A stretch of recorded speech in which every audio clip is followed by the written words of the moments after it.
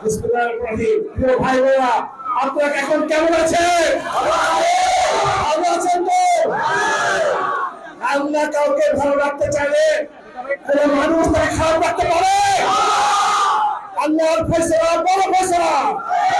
প্রিয় ভাইরা, প্রিয় বোনেরা, গত জাতীয় সংসদ নির্বাচনে সারা বাংলাদেশে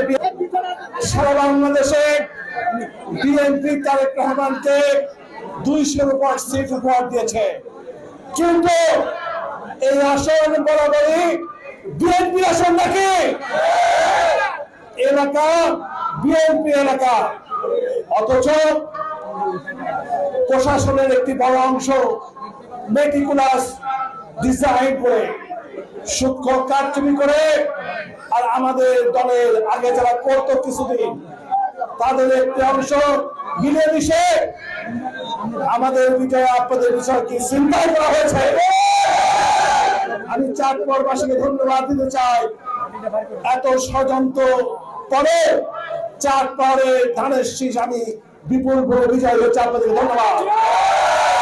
কিন্তু বাংলা পরিপ্রে সেখানে ওই সেই সময় প্রশাসক, সামরিক বেসামরিক প্রশাসক, ডিসিএসপি নেতৃত্বে যে ডিজাইন করা হয়েছে মেটিকুলাস ডিজাইন, সেই ডিজাইনের মধ্যে দিয়ে আপনাদের ভোটের অধিকার হরণ করা হয়েছে, আপনাদের বিজয় ছিনিয়ে নেওয়া হয়েছে। আমি মাননীয় প্রধানমন্ত্রী বলেছি সেই ডিজাইনের কথা।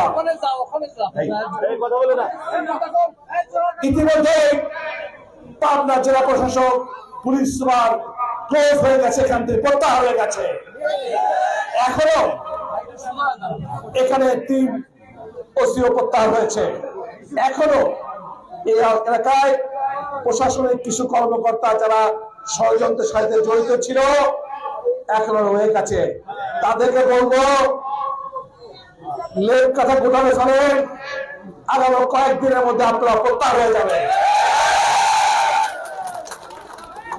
বিএনপি বাংলায় তাদের ফলে বাংলাদেশে কোন ষড়যন্ত্রকারী কোথাও অবস্থান করতে পারবে না।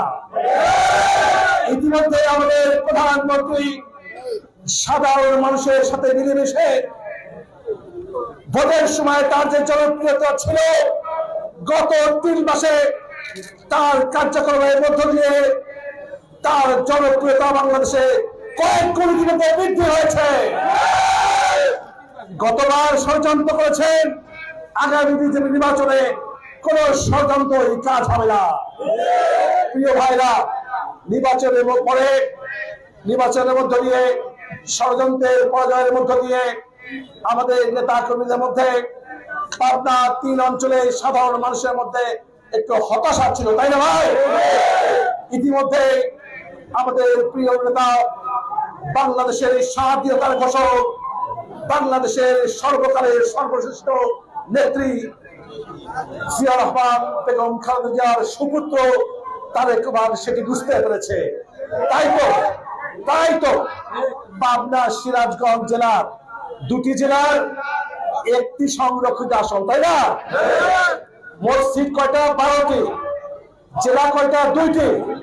সবগুলো জেলাকে খুঁজে খুঁজে এই যে 2টি জেলা, লক্ষ লক্ষ মানুষ, তার মধ্যে খুঁজে খুঁজে দুঃসময়ে বিএনপির বন্ধু, ঢাকা রাজপথের সংগ্রামী নেত্রী আমাদের প্রিয় আরিফা সুলতান রুমাকে এমপি নির্বাচিত করেছে।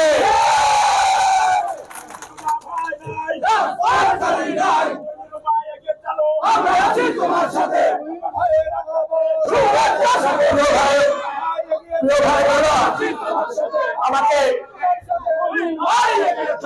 আসতে প্রায় 10 মাস আগে, নির্বাচনের 7 মাস আগে, যখন মাননীয় চেয়ারম্যান এলাকায় আমাকে প্রার্থী ঘোষণা করেছিল, দলের অনেকেই বিরোধিতা করেছিল, কিন্তু আমার এই ভোট আপনাদের বেরুবা একেবারে প্রথম দিন থেকে নির্বাচনের রাত পর্যন্ত সকাল থেকে সন্ধ্যা পর্যন্ত কাজ করে ঢাকা রাজপথে কাজ করেছে, তার এলাকায় ধানের শীষে পথে কাজ করছে। সুতরাং এই লক্ষ লক্ষ মানুষের মধ্যে একজনকে নির্বাচিত করছে। এই নির্বাচন কি সঠিক আছে? তারেক রহমান কি ঠিক করেছে?